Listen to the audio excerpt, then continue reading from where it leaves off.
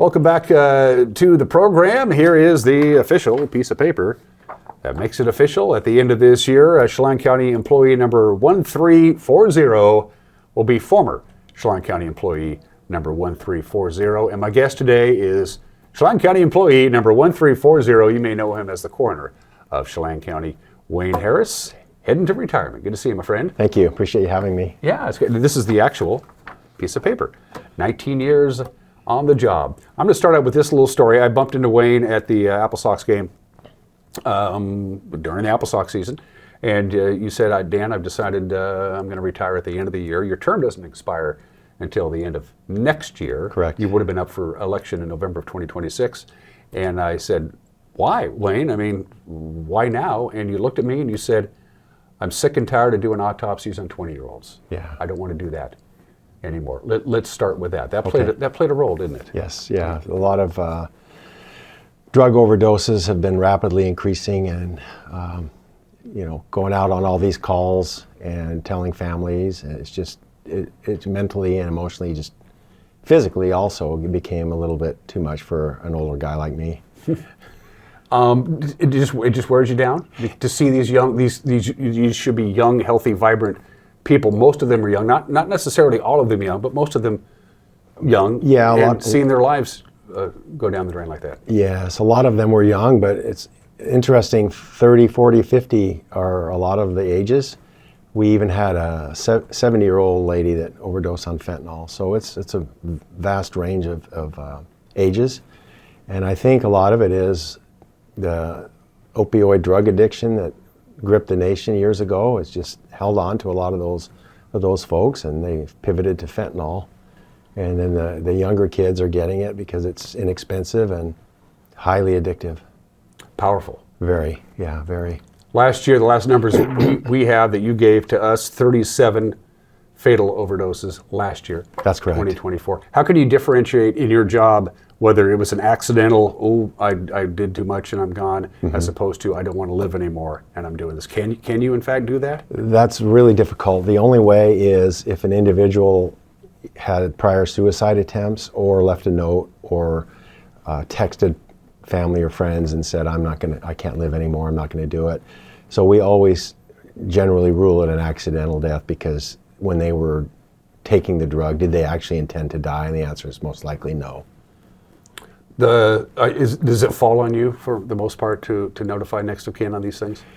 Yes, I took that role because of my time in the funeral business, the 20 years in the funeral business, working with grieving families.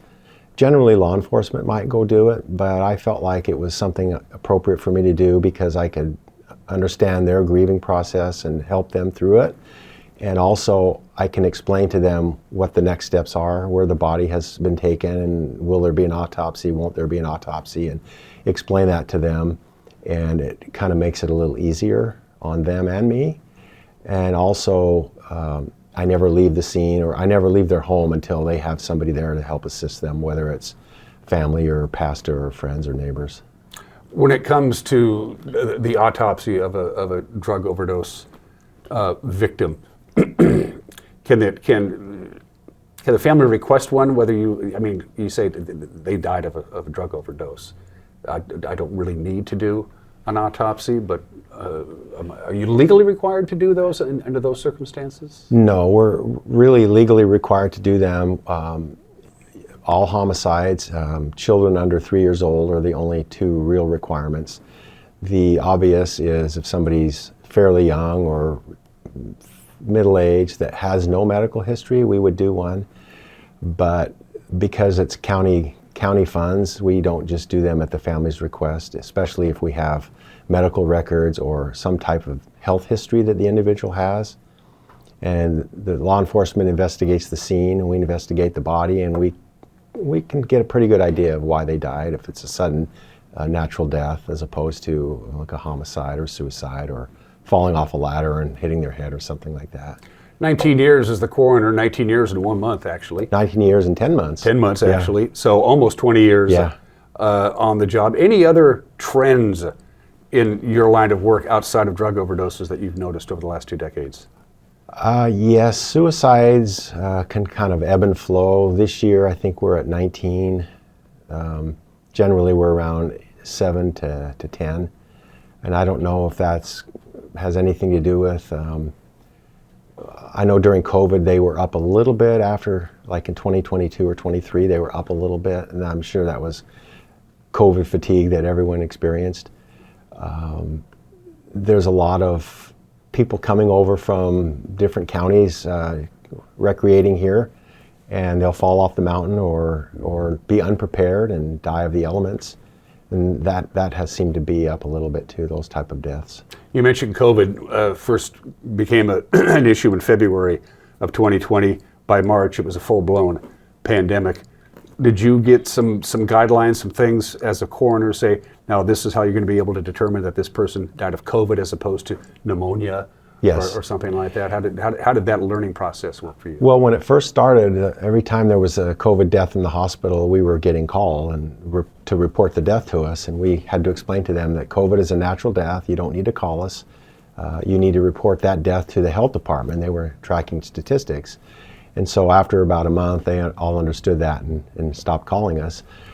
But we really struggled with, a lot of times what we would do was take a nose swab, and we would take the swab to the hospital and they would test it for us. And so we were able to determine individuals died of COVID. A lot of people had the flu symptoms, they felt sick, they wouldn't go get tested. They were young and they passed away, and that was our first suspicion. And so having that test to confirm that it was COVID was a very valuable tool. Take me back 20 years. You were in the funeral business. Yes. Before you became a public servant. Your predecessor, Dr. Fino, took a job, moved away, would do some occasional work here in Chelan County, but the job was open. Talk about the decision-making process to say, I think I want to become the Chelan County coroner. I think I'd be good at it. What made you make that decision 20 years ago? Well, I was deputy coroner for her for about 2 years. I would do one weekend a month call just so they could get her and her chief deputy coroner could get some rest. And so I kind of had my foot in the door and knew what it was like. In the funeral business, I worked with a lot of coroners and medical examiners, so I knew the system. And when she told me she was resigning and that there would be the opening, I kind of thought long and hard about it.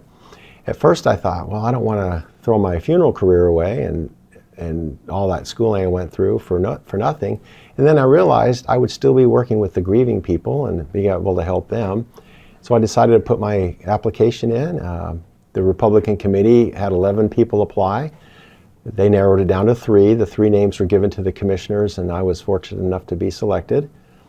That was in 2006.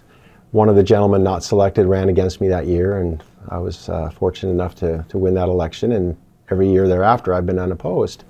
So it was a very seamless transition. I was a little worried at first that it might be a bit too much, but Dr. Fino was still around, and she was very helpful to get me up to speed.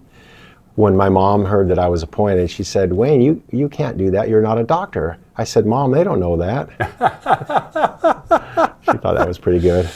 The process, you're going to be, your last day is the last day of the year. After that, beginning January 1st, the Chelan County Board of Commissioners have 60 days to appoint your successor. Yes. Are you playing any role in that? Talk about the timeline from December 31st to the early part of next year. I am not involved in that at all. I believe they're going to try to act upon that quickly, not leave it vacated too soon. When Dr. Fino left, there was 2 months there before the committee could find somebody. Judge Warren was the coroner, if you remember that. That's right, the late Tom Warren Yes. had to fill in. Yes. And so I think the commissioners will act upon it right away. My chief deputy, Earl Crow, has applied. He's the only one that has applied. The Republican committee obviously will forward his name to the commissioners, and I assume that they'll select him. And the county has allowed funding for a new chief deputy coroner that will take Earl's place. That was my next question. How do you budget? You told them quite a while ago that you were going to be, you made it public that you were going to be leaving before you actually filled out the paperwork. Yes. So this is not a surprise to the Chelan County Commissioners. It's not a surprise, and it was kind of my blunder. I put it in my budget in 2024 in October that I was going to retire, and I was asking for a new position. and I was hoping that we could hire somebody right then and train them up. Well, I forgot that the media listens into the budget hearing. So I got back to my office and all these phone calls, hey, I heard you're retiring. And I'm like, oh, shoot, I didn't expect it to get out like that, but which is fine. So everyone's known about it for over a year, and we've been gearing up for it. So everything's falling into place. What's the biggest myth and misconception of what the coroner, the elected partisan job of Chelan County Coroner? Do people understand what you do on a daily basis? There's got to be some myths and misconceptions that people just assume that isn't true. Yes, when CSI came out, it seemed very glamorous, and a lot of people were getting into it because of that. It is absolutely not glamorous. It's demanding physically, it's demanding emotionally. You make a lot of night calls. There are a lot of 24-hour nights where you don't go home.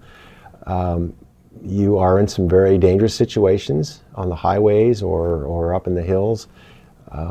There's some very unpleasant scenes that you go to, dealing with the next of kin, explaining to them that there's been a death. It can be anywhere from them standing there speechless to crying to falling on the ground, screaming, yelling. There's no one death notification that's like the other, and that's very difficult emotionally also. But like I mentioned, I'll be 66 in December, the end of December. If I continued with my term, I would have ended at 67. I just physically, just couldn't do it another year, being on call every other week. And I check Social Security, and there's only a $30 difference a month if I go another year. So why do that? Who makes the determination that we need to call the coroner, be it at 1 o'clock in the morning, and then say it's a welfare check? We haven't heard from Jones for 5 or 6 days, and they find his body in his house or his apartment, or there's an accident. Who makes the determination that got to call Wayne on his cell phone and he's got to come out and do his job? How does that process work? Generally, that's law enforcement. So every death in the county is the jurisdiction of the coroner. Now, there's some regardless of the circumstances. Yes, the coroner can take jurisdiction on any death, anywhere, anytime. Naturally, hospital deaths and nursing home deaths, we don't get called on. Those are all pretty much attended medically. Hospice. Yes, hospice. We do get notified of hospice deaths because they die at home. All home deaths are reported to us. Accidents, suicides, homicides, undetermined type of deaths, like somebody's young and they're found dead. Those are all called to us. So when law enforcement or medics get to a scene and somebody's dead in the chair, then they call us, and we determine on the phone whether we're going to go to the scene and investigate it that way, or just take the report and release the person to the funeral home. If they're older and have medical history, then we find a doctor, their doctor will sign the death certificate. If there's no doctor to sign, then we'll examine the body and sign it ourselves. Talk about the first day of June of this year, that Monday. The call comes, the Decker girls are missing, their father is on, we don't know what happened to the father. They find the bodies a couple of days later. Talk about what that week or 2 weeks initially among the investigation on something that simply does not happen. Homicides are rare, extraordinarily rare in Chelan County. Triple homicides are unheard of. Triple homicides involving 3 young, vibrant girls is beyond mind-blowing. Talk about that time period for you personally, Wayne. Well, when we heard they were missing, I had this really bad feeling in my stomach. I've been around long enough to know that sometimes fathers have issues and might want to strike back at the former spouse, and so that was a bad feeling. And then when they found the girls, I personally didn't go to the scene. My coworker was on, but I ended up in the office handling the media. The national media was relentless. They all wanted information, and we didn't have it to give at the time, so that took a lot of effort. And just the whole pall over the office, or the dark pall hanging over the office and the county for that matter, was just really palpable. It was, like you said, unfathomable that could happen in our little valley. And in my 40 years, I've never been involved in any type of deaths like that, where their three young, beautiful daughters were killed. I thought all of those in law enforcement, your line of work, Chelan County Sheriff's Department, Wenatchee Police Department, the initial investigating unit, State Patrol participated. I thought the professionalism in the investigation was handled with aplomb. I thought everybody did a tremendous job considering the circumstances. Absolutely, yeah. And in a case like that, where you don't know where the father is or the victim or the suspect is, you have to do it by the book, because if he's caught and goes to trial, you don't want any missteps. And then in September, you got another call. We did. Clothing, skeleton, personal items. Talk about that. Yeah, so the clothing they found, and they were basing the clothing off of the fact that that's what he was wearing, and so they kind of put out that that was him. But in our office, we can't use circumstantial evidence. We need science. So we need visual, we need dental, we need DNA. So we were backtracking, trying to say, just because his clothes doesn't mean it was him. There were probably 5 spots where some skeletal remains were recovered. There were several hundred yards apart. Most likely an animal had moved him around, moved the body around. So we only found a couple arm bones, a foot bone, or not we, but they only found arm bones, a foot bone, a leg, a finger, and some vertebrae. There were probably about 12 bones found in total. So the torso was not found and the cranium was not found.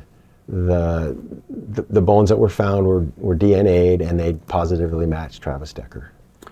And they also determined that there was no way a human being could have physically walked or hiked to that location. It was just inaccessible, really. There were no trails or anything like that to that respect. That I'm not sure on, but I believe that the forensic psychologist thought maybe he went up there and he could have a clear view of the scene. Of the scene, yeah. And he might have watched for a little while. The big question I kept getting in some of the interviews was, how did he die? And I said, we don't know.